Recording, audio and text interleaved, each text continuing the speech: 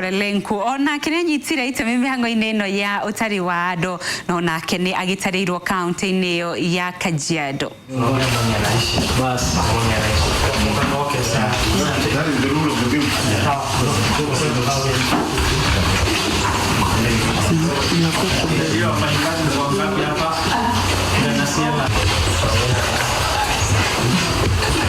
Tumeweka enumerators ama watu wa kuhesabu watu kwa roadblock ya Kajiado Central vile statistical officer amesema, na hiyo kazi imeendelea kwa sababu vile amesema watu wanatoka Tanzania, wale wanatoka Tanzania wote watahesabiwa.